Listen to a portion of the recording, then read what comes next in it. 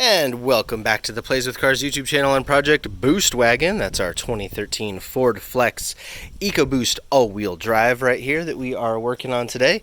I filmed a couple of episodes. I'm not entirely sure how much of them I've got live right now, just because of like editing backup and whatnot. But this is our second gen, so post facelift Ford Flex.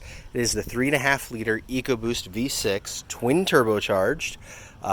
All-wheel drive. We are doing a little bit of maintenance on it today. You can see the upper radiator hose is missing. There's the radiator there, there's the hose inlet there, and then it's got a vent line that comes to here. And the reason for that is it's split. This is apparently very common on these. Found them all over the forums. Right here on this seam where it's molded together, and you can see the discoloration there from the coolant seeping out of it. That's where it would leak. Fairly common, very easy to get off. It uses these quick clamps that have a little locking mechanism in them to lock them open, which makes it super easy as long as you got the right pliers. So got a clamp on this side, a clamp on that side, and then this little guy is a tiny little clamp that I put somewhere safe right here. Part of doing this is changing the radiator cap. It's the original one from 2013, never been changed. I've just kind of learned over the years that anytime you're working on coolant and you do a hose or anything like that, it's probably a good idea to do the cap too. They're cheap. It's just good preventative maintenance. I can't tell you how many times I've done something on a car and then end up having not enough pressure because the cap has gotten weak. So that's that. This is the new cap right here. This is the part number for you. It is RS5271X. That right there is the Motorcraft cap. I'll leave that like that so you can hit pause and read all those different numbers if you can't find it using that one. Then the hose is this one right here, KM5017-1X. And you can see it's got the little code and all that stuff. So if you need this, there it is for you. This is the new hose. It's a little bit updated of a design. You can see it still has a seam there, but it is at least maybe a little different looking. I'm not too sure. It feels about the same. The hoses feel about the same. The sheathing on it goes a little further, which is nice. But the part number markings on the hose are different. So I'm not entirely sure what all has changed on this. This is the original 2013 hose to the car. And this is a, like I said, brand new replacement for Motorcraft. So hopefully that doesn't happen again.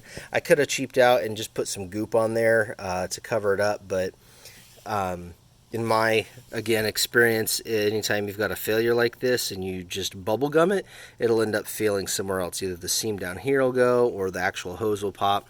The radiator side actually popped right off. The vent popped right off, but this side you could see I had to cut with a razor blade. It was very firmly on there, very firm rubber. It very dry. New rubber is much softer, so probably this short side hose that's hot next to the engine would have failed even if I had gooped that, and this thing really wasn't that expensive, so good preventative maintenance. And then of course anytime you are doing coolant, make sure you've got a container there. I've just got a little bit of spillage, got most of it. I was pretty happy with that. Be careful, this stuff is deadly to pets, cats, dogs. It's very sweet tasting, and it can kill them. So if you've got pets, make sure you're keeping them out of the way. Make sure you clean up after yourself. Never leave any coolant out. And then we went ahead and got some new coolant to go with it. This is concentrated, so we're going to have to mix it with distilled water, 50-50, but it's much cheaper to buy the concentrated and buy some distilled water.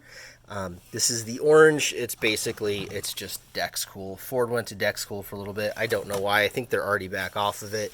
It sucks, but in order to flush this stuff out the right way, you've really got to do a lot of work because orange is like incompatible with everything else. Like green and yellow and gold and pink, like all kind of sort of mix.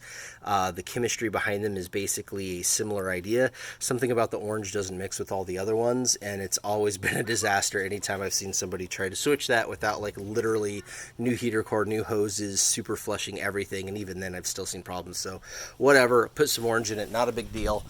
So we're going to go ahead and plop all that back on here, top off the system, start it up, make sure it's running, get it up to pressure and all that, and then when it cools back down, top it off again. So that's that. Super simple, easy job. But if you've got one of these EcoBoosts and you've got a random coolant loss and you're not really sure what's going on, after you drive it and get it hot, come home, pop the hood, take a look at that little T. It is very common. So we're going to get this all wrapped up, but until next time, that has been Project Boost Wagon here on the Plays with Cars YouTube channel.